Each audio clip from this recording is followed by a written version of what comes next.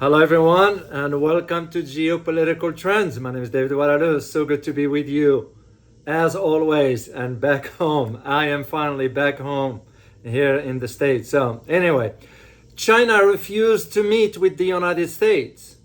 Are we entering a new era in the US-China relations? Is this refusal a reflection of the new global order? In this video, I'm going to provide you a brief analysis about how significant this development is and what does it tell us about the future of US-China relations. But not only about that, but also, is it an indication also of the new global geopolitical order?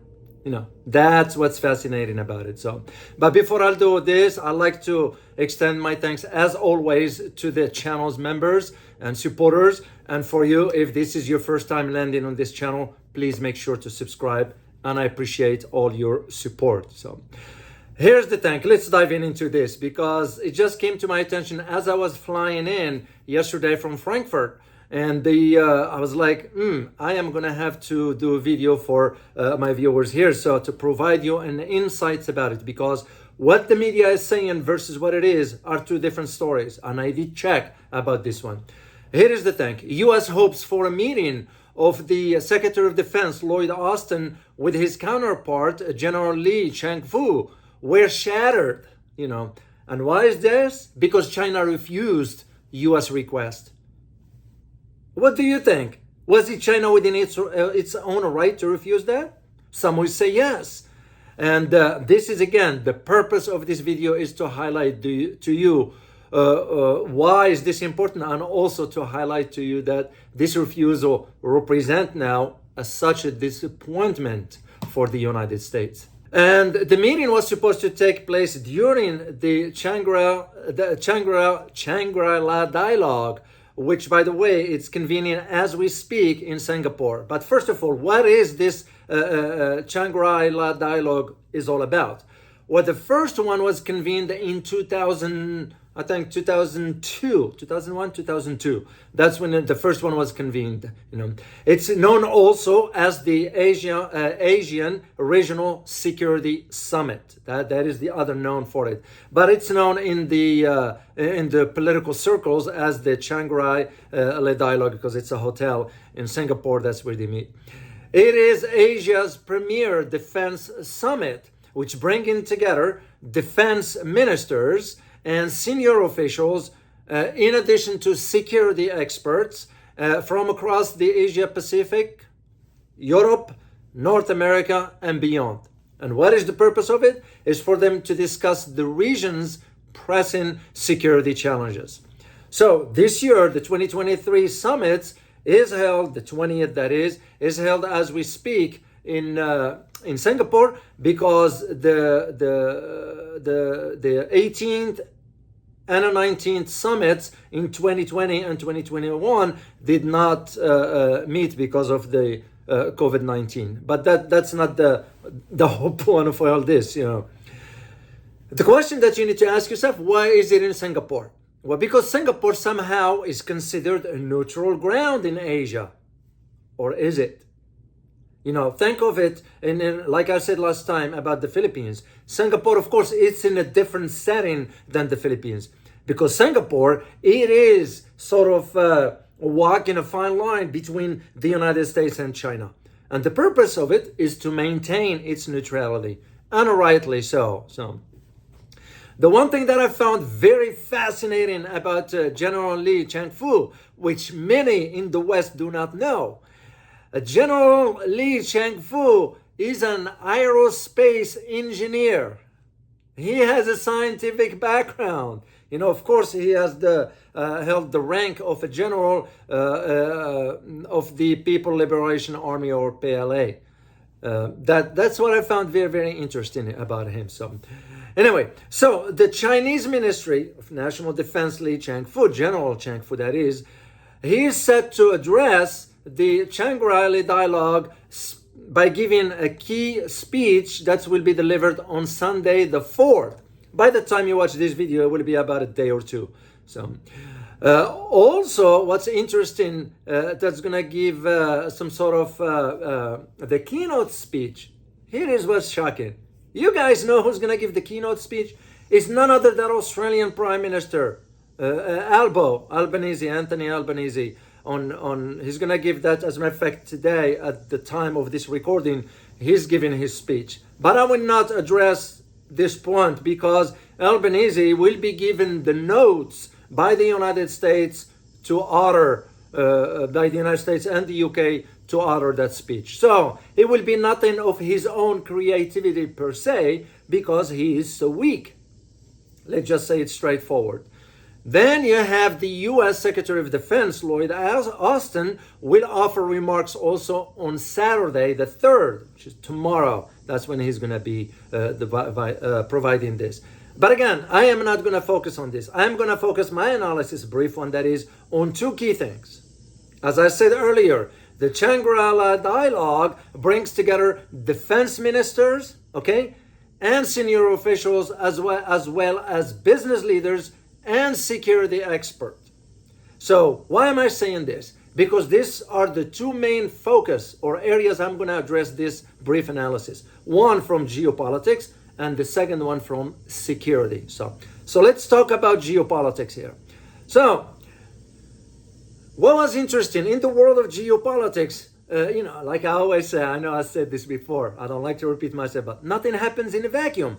So when China, or Beijing that is, issued to the last minute, they issued a rebuff to the Pentagon, was sort of an unusual, straightforward rejection of the Chinese to meet with the Americans, as relations between the two defense minister further sour. And rightly so, given what we are doing in that part of the world. You are aware of the Taiwan issue, of course, which we're not going to be the dead horse over that. But also now, what you are noticing, and I did a live stream for you from overseas when I was in North Africa. That video that I did, video live stream, was about NATO expanding into Japan. So this is why China refused, and rightly so. But there is a third element into this. How can you conduct negotiations or talks with someone that you are sanctioning? That just doesn't make any sense. And I don't know who's advising the Secretary of Defense or the US government for that matter, that it just doesn't sort of reflect well when it comes down to international relations. Optics matters. That is the key to all this. So the thing is, the lack of dialogue between the two major competitors rather in the Pacific, in my opinion, could trigger concerns among South Asian countries who feel caught in the middle. This is why I said Singapore is playing that position of being neutral, or is it? So, as a matter of fact, so far, the U.S. National Security Advisor, Jake Sullivan, who is, by the way, not qualified for that position, let's say it the way it is, and also U.S. Commerce Secretary Gina Raimondo met with their counterparts, the Chinese counterparts, including even the U.S. Ambassador Nicholas Burns, who had, by the way, he held a stern face-to-face meeting with the Chinese Foreign Minister Qin Gang. Why that kind of attitude of meeting with the Chinese like that? What are you trying to intimidate them or what? Because here is the problem that the U.S. is not willing to accept, is that the United States government that is not willing to talk to the Chinese on an equal footing. Because the United States still think that today's China is the same of China's of 30 years ago, which is not the case. This is where part of the problem is, and this is why you're seeing the reflection of it, why China refused to allow General Lee Chengfu to meet with the U.S. And by the way, the request was from the United States. That's like the last time when I mentioned about the Secretary of State canceled his trip to China. Well, wait a minute. The Secretary of State was never invited to begin with. So that's a lie. Basically, it's making things up. He was never invited. I checked on it. There was no official invitation from the Chinese Foreign Ministry to the Secretary of State. So I don't know why he's making that up. So that's just nonsense here. So this is the reason why now China's thinking in terms, geopolitically speaking, it doesn't make sense for us to meet with the Secretary of Defense or to allow the meeting to move forward, while at the same time the United States is doing or fomenting tensions in the region. Like I said, the Taiwan issue, of course, the expansion of the bases in Philippines, and now you have the expansion of NATO by establishing an office in Japan. It makes more sense. I am not surprised or shocked or whatever. So as a matter of fact, I will expect China to behave that way. Otherwise, if China doesn't do that, then it's sending a signal of weakness, because that's how it would be interpreted in the West. Now that the China refused, it kind of caught the Americans off guard, because they were expecting, we're just going to make a demand to the China and China's going to bow. No way. That era is gone. And as I tweeted on that. And by the way, guys, if you like the content of my video, please make sure, and you want to support the channel, just make sure to hit the like button and subscribe if you have not done so. And thank you. Then let's talk about it from a security perspective. From a security perspective, and I recall when I was studying Asian security issues, it was always the idea of the strategy that the West, including the United States, Canada, Britain, France, to a degree, Europeans, you don't count much on them because they have to fall in line with what the United States is saying. So it was also that idea of the strategy towards the Indo-Pacific. And this is what's at the heart of it, from a security perspective. Because U.S. officials are, as we speak, and will be more frustrated about their inability to just establish basic contact. Because China is shutting down the door. Because China is in a different position now. As I said earlier, the administration, U.S. administration, is not willing to accept. I am sure they know and understand that China's today is different from China's of 30 years ago. But they are in denial, the United States government, in denial about this. It's a reality, And at the same time, the Chinese, which they will be thinking ahead, are wondering about how could the U.S. be concerned or frustrated, yet at the same time fomenting tensions in Taiwan and the South China Sea, which I believe personally will have a serious security implications moving forward, because you can only push for so long, and at some point you're gonna get pushed back. And this is where I feel things are going into. I'm concerned. I'll say it straightforward. I'm keeping my eyes open on that part of the world. I was in Ukraine on the eastern side.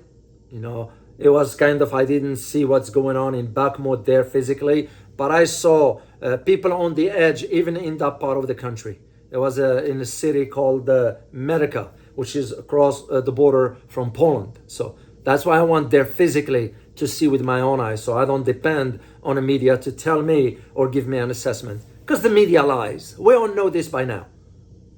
The truth is out there. What the media is reporting versus what it is. And so the U.S. argument about all this after the Chinese rejection is that the U.S. is saying it wants to keep trying to get the channels of communication reopened. How can you do that when at the same time you are fomenting tensions? It just doesn't make sense. How can you have talks with officials from China while you are sanctioning them? Just doesn't make sense. So I do not see how China will really buy into whatever the U.S. is asking for a simple reason: lack of credibility. Because China is not going to trust the U.S. government. We all know this, and it's nothing mysterious about it or a secret. We all know we don't keep up our obligations, we don't keep up our commitments, we don't keep up our word. And I'm a believer, and this is me, I'm a believer that your word is your bond. I understand in the world of geopolitics and international relations, all it matters is strategic interests. I understand that argument.